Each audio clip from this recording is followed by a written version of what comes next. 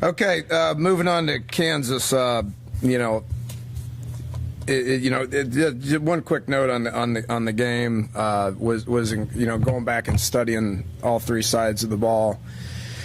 Was very, very, very proud of how our guys fought and how the effort that they played with. It was the best that it's been, all year. Going back to last couple years, it was just really, really good effort, and our guys fought hard. The most disappointed locker room I've ever been a part of. We can't let it beat us twice, obviously. So we took it easy on them Sunday night. They had a lot of treatment. Got the game over with. They will be back to work today. We're pretty beat up. It's game 11. Everybody's beat up. It's not my point. But we'll be smart with them this week. We've got a lot of guys that are approaching a lot of snaps. Especially in particular on the O-line, a couple of running backs and some defensive guys have played a ton of snaps. So we're game ready. We need to prepare to beat Kansas. It's going to be a challenging game for us. I mean they've been playing a lot better. Especially defensively, they've been playing a lot better. Their last three games that they've played, they've held their opponents to around 300 yards, which you consider that being against Texas and Oklahoma State and Baylor. Baylor wasn't at 300 yards, but Oklahoma was the previous one prior to that. But they've played good teams. They've played four or five, six really good teams in a row, and they've been competitive. So we've got our hands full. We need to move forward. We need to understand that we're still playing for something. It is at the point where I'm talking about bowl games. We got to win the next two to go to a bowl game. That's something that we have around 12 seniors. They deserve that. The disappointment in the locker room was tremendous because our guys care and because they're in tune with what we're doing around here, and they recognize who we are and where we need to be going from here. So. I anticipate getting the same effort and the same work ethic out of the guys that this week that we have the last couple of weeks. We'll travel to Lawrence, and we will play a team that is improving. Offensively, they've been spotty, to say the least. Another situation where they're playing multiple quarterbacks. What they do with the two is different. They have the Heaps kid who's a pocket guy, comes in, throws it around, has got a couple of weapons. The two that we were concerned about last year, the Sims kid that's a running back and the Pearson kid that's a receiver. I mean, those are the guys that they try to go to. And then when they put Cozart in, the freshman quarterback, it turns into a more quarterback run game. They're going to utilize him in order to move forward. So we need to recognize what their plan's going to be. They switch up what their plans are on a week-to-week basis. So we need to figure out early in the game what their plan of attack is going to be, and we need to make some adjustments on the sidelines in order to defend that. Defensively, they're playing well. They're playing with tremendous effort. Their defense is keeping them in games. They're really good against the run. They're going to play a lot like what Texas played last week. They're going to try to outnumber us in the box. They're going to their corners and their safeties are going to man you up. And teams haven't had a tremendous amount of success in getting behind them in those situations. So we somehow got to figure out how to run the ball. And then when we have chances to make plays downfield with the receivers, we need to do a little better job of that than we did last week. Special teams, got a great punter. They've punted quite a bit, and he's averaging over 45 yards a kick. Several of those have went 70 to 80 yards. So they got a great punter. And, doing a pretty good job in the kick game other than that. Got several guys in the back there that are returning the ball, so we got to be conscious of where they're at. So it'll be a big challenge for us. Injury-wise, we lost Jared Barber for the year. Disappointing. I think he had another 14 tackles in the game on Saturday. It was playing at an extremely high level. Effort was great. His attitude was tremendous. He's been one of the team leaders for us on defense, and he's out with he's out with an ACL, so he'll have surgery here in the next week. We'll lose him for about 6 months. KJ Dillon's just got released from the hospital. He's had severe dehydration, which his body had an adverse reaction to, which has caused problems. Was in ICU for a few days and just getting out of the hospital now, so he's on the shelf for the remainder of the year as well. So a couple more guys down. Doug Rick will still be out. You know, his head thing is not anywhere close to clearing. Clint, his shoulder's fine. His head was in a much better spot Sunday and Monday. We will anticipate him in practice today to see how he reacts to it. You know, obviously it's going to be non-contact with the quarterback, but we got to wait and see how he progresses with the tests that they do on him after today's practice and after tomorrow's practice. With that, you know, you got 20 other people on this list Saturday today that we'll be out there. We'll be able to go out there and practice with and see how they do. And I know you don't want to make an excuse. I'm not asking you to make one, but can you qualify how significant the depth of injuries on defense are now? I mean, that's a long list, and that goes back to August too. Yeah, it's a lot of guys with that had played meaningful snaps, whether it was this year or years in the past. But again, we're not going to use that as an excuse. We got to get guys like Marvin Gross and Jeremy Tyler and Darian Howard. Darryl Worley's been getting more and more snaps. You know, here recently played a whale of a game, played 90-some snaps at corner after coming off an injury. Just had played really good. You got to get guys. It's their time. You know, you got to get guys like Ricky Rumpf and Brandon Napoleon, who didn't play very much in this past game because they had a little nick here and a little nick there. I mean, they're not hurt. They need to get out there and they need to play through it. But it's harder for young guys to do that. Darryl Worley did it, and we were happy with him. But those other guys need to do it as well. Depth is a problem. It's where the snaps are starting to pile up. You know, Carl, Darwin, Will, Shaq, those guys are playing their tail off. The snaps are adding up, you know, so we just got to be smart with how we approach the week. We can't go out there and run 40 plays against each other, you know, on Tuesday and Wednesday like we've been able to do in the past. We got to be a little bit more smart about our approach and get them to Saturday. Luckily, these guys got a lot of experience, so we don't need a lot of practice snaps. We just got to get them to the game and hope to remain healthy once we're in the game, and then get the young guys to grow up. It's their time to play. Let's go play ball. What is your rotation at linebacker with Jared out, and obviously Doug extended his boat? What are you going to do there? You got, Kwiatkowski's played pretty well. You know, he's playing at an extremely high level. Thankful for him.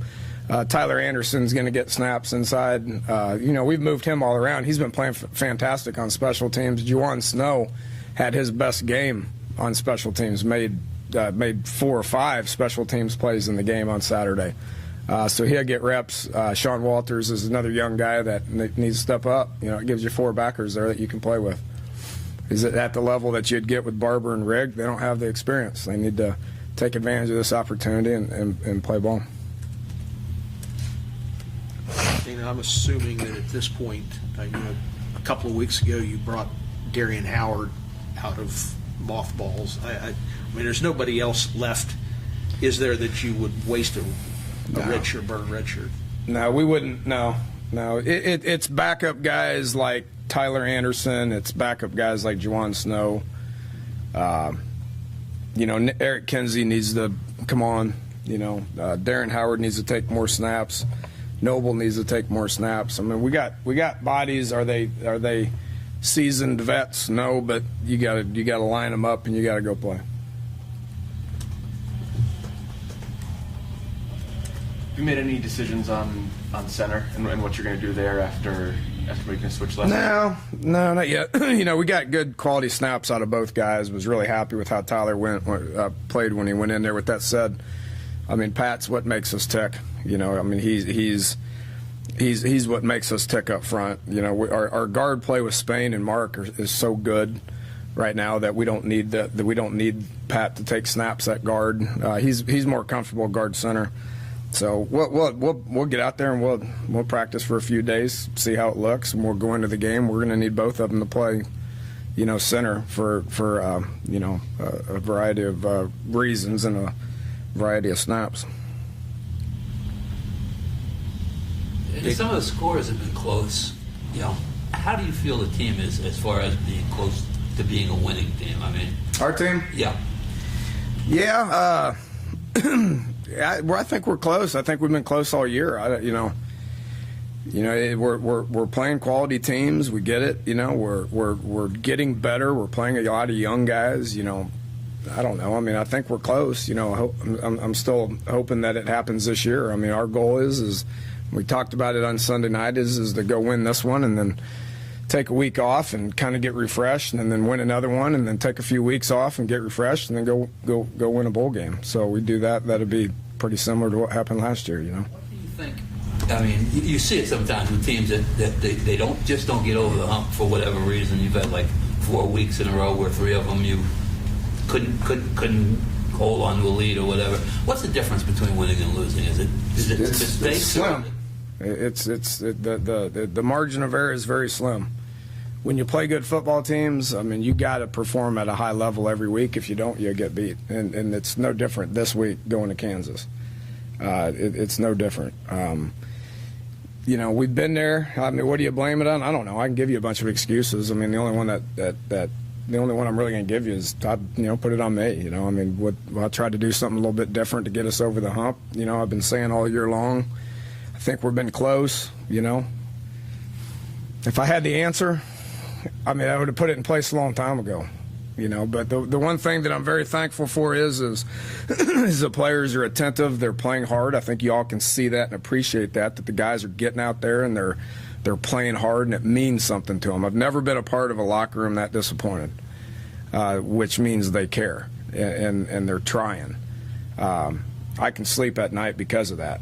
It didn't make that loss any easier, but I can sleep at night because of that. So they're trying hard. The coaches are trying hard. We remain united and we have a plan, and we're building something bigger than just trying to line up a team to beat Texas. So we're gonna keep the course, stay on track this week, and line up and hopefully get the same effort and energy and want to go win this one. Are you getting a little bit more practice reps at quarterback, or for emergency situations, or how? Not many, no.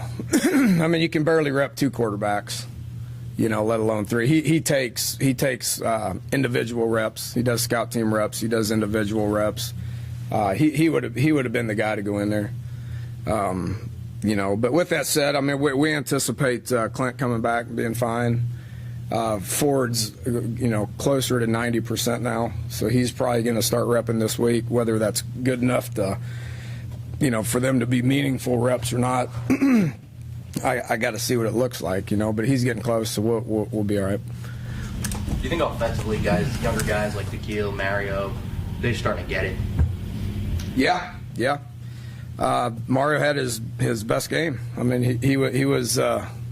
That made me smile for the first time maybe all year when he took just a routine play and went and made a big play out of it. So he's getting more comfortable there. Nikhil's been, Nikhil's taken a whole lot of steps for a true freshman. So he's going to get better. He needs an off season to continue to mature and get bigger, faster, stronger to where I think he can be a dominant player in this league. Dana, as ridiculous as this may sound for a 4-6 team facing Kansas and Iowa State, do you have an issue with the fact that you're playing 2 pretty bad football teams record-wise? Somebody may take something for granted. I wouldn't think so. I mean, we've been in a bad place this year as well. So they're no different than any other team in the Big 12. I mean, if you look at the games that they've been in, they're playing with a bunch of effort. I mean, how close was Iowa State to beating Texas? How last year, how close was Kansas to beating Texas and Lawrence? I mean, it can happen. I mean, if we think that we've this just sounds so silly to say, because it's like you said, with being 4-6, if we think that we have any chance of just showing up and beating anybody in college football, then you got another thing coming, especially 2 teams in the Big 12 that are looking for a win.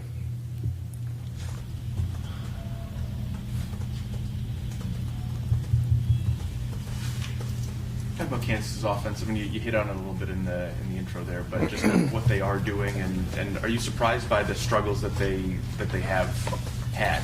Nothing surprises me when it comes to offensive struggles this year, but you know they're well coached. They come up with a different plan every week, you know, and and you can just look at them. I've studied them about 4 or 5 times pretty closely because of the teams that we've played have already played Kansas, so I studied them quite a bit, and there was a little bit different plan of attack every time they lined up. So you know, they're searching for an identity, like a lot of teams in the Big 12 are when you're playing 2 different quarterbacks that do a couple of different things for you. So they got a couple of guys that scare you, you know, in Sims and Pearson.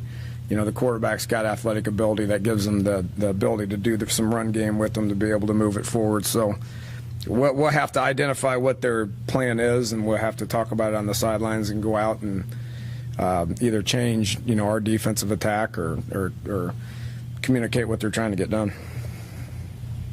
That said, though, could you possibly be caught off guard? Could they just pull a rabbit out of their hat, or is it going to be something similar? Yeah, still football. They still can only play with 11, you know, and 7 of them have to be on the line of scrimmage. So, however many different things they can come up with, you know, they'll probably try. They'll probably try to reinvent the wheel, but it's already, you know, more than likely whatever they try to come up with has already been done. They brought in a bunch of transfers, especially junior college guys, and it's not all worked out for them. Conversely, if you look at offense and defense for you guys, most of, maybe one exception, I guess they're all starting or playing big roles too. As you look back on that now, is it, where might things be if not for them? You talking about them? For us? Yeah, the only team that probably attacked junior colleges more than we did was Kansas. And looking on their 2 deep, I mean, they play a lot of bodies on defense. So looking at their 2 deep, you see them all those guys they recruited, you see them in there a variety of times. You know, as far as we're concerned, you know, we did it for a reason, and it has worked out. The issue is, especially when you get guys like Dontrell, Brandon, Mario, you know, a lot of those guys didn't join us until August. You know, you can throw Charles in there, you can throw Clint in there. You know, it's one thing to get a transfer like Kevin and Dreamus who are functioning at a high level for us. You know, to have those guys, you know, in January, to where you can really coach them and all that and get them ahead. But you still need those game reps in order to get them functional, get them to play at a high level. Well, there's another 5, 6 guys, 7, 8 guys that didn't join our team until August. So that's tough. It's not ideal, but we did it for a reason. So with Mario, because you didn't know maybe where to put him, and now because he's outside, he's found a spot that he's just better there than the inside. Yeah, and I kicked myself in the tail for not doing it earlier. But you know, if you look back, he got here August 1, and he didn't practice for the majority of August. So, you know, we were, when we recruited him, we were like, this is kind of a Tavon kind of guy because he played a lot of running back. They moved him around a little bit. He had that kind of speed. But looking back on it, without being able to coach him, you know, Tavon's junior year, and I'm not comparing him to Tavon. I mean, that'd be ridiculous to do that. But we had Tavon all spring, and then his junior year was just okay. I think he had like 2 receiving touchdowns prior to the Orange Bowl. You know, and then obviously the more we had him, the more comfortable he gets in the system, the better it is. It's harder to play inside than it is to play outside. So we finally got smart and we moved him outside, and he got real comfortable. And he's been getting better and better at that position every week. So, you know, what he did on Saturday was good to see, but he's been heading that direction ever since we moved him there. I think, yes, he's found a home and he'll get better and better. You know, what, in your mind, what is the best thing about being able to go to a bowl game? Well, that's a reward for the seniors. That's the number one thing. You know, you can say it's for development. You can say it's to where you know, go win one and be on TV. You know, get a trophy in your trophy case. I mean, all that stuff's positive, and it's a good experience for the kids. It's a good experience for coaches, families, fans. I mean, all that stuff's good, but a reward for the seniors. I mean, we got about 12 seniors that have been fantastic. And again, you're talking about guys that have been through a lot of transition, from coaching staffs to conferences, do a lot of that stuff. Guys like Will and Shaq and Pat and Fight, Darwin Cook. Charles has been phenomenal coming in playing his 1 year. Nick Kindler. Ivan's been through a lot, So you got a collection of guys that want to keep playing. So being able to get them, to a bowl game is big. And then just the developmental process that you get. You don't get a whole spring practice. You get, based on weather, you're going to get about 8 to 10 practices, which is very important. It's very important to be able to continue to practice those young guys. It's been 11 years since this program didn't go to a bowl. I'm thinking that it's been maybe the same amount of time since you haven't gone to a bowl game. Do you kind of maybe even take that for granted? Is that something that we need to do? That's part of our program. It's getting that extra money. Yeah, it is. It's been, I think I've been to 13 in a row, so it's what the expectations are, certainly. We're going to do everything in our power to be able to get there. I know that. That's what our goal is. We're going to put forth effort. We're going to try hard. We're going to coach hard. We're going to, hopefully put it all together and go play hard and win the next two to be able to make sure that happens. It's certainly the expectation that exists here. It should, and it will continue to as well. Not really football related. Any thoughts on Clements leaving and heading to Clemson? Oh man, yeah, that's that. I was watching film yesterday and got the news that was it's disappointing news for WVU. Jim's a great ally, great friend. He's done a tremendous job for WVU. We thank him for all his hard work and support, and wish him luck. No question. Last week you said that maybe earlier in the season people thought they were playing about as high level, and you didn't really agree with that. I mean, obviously a bunch has happened, including conference play issues, but what is the reality? Not just right now, I guess, but maybe for the season, about, I don't know how much better they are, how good they are, maybe how they aren't. I'm not sure. What do you think? For 12 series, they played as good as they can possibly play in the game the other night. You talk about offensively, we put them in as bad of situations as you can possibly put them in with our ball security issue at the quarterback spot. And with that said, they played phenomenal. They held them to 13 points in 2.5 quarters. You want to be a great defense, that's just got to continue. I mean, you can't play great for 2.5 quarters and then for 4 straight series let them just run right through you and complete third and long passes and go score. And that's not me pointing the finger at them at all. I mean, they bailed us out for 2.5 quarters. We could have had a chance offensively to seal the game at the end. I mean, there's plenty of blame to go around for all parties involved. If you want to be a great offense, you get them off the field on a few of those third downs in the fourth quarter when we have a 10-point lead or a 3-point lead or whatever it is. You want to be a great offense. It never gets to that point. I mean, if we could have sealed the game at the end. We could have scored in overtime. I mean, there's plenty for me to worry about offensively as well. Okay, thanks, Coach.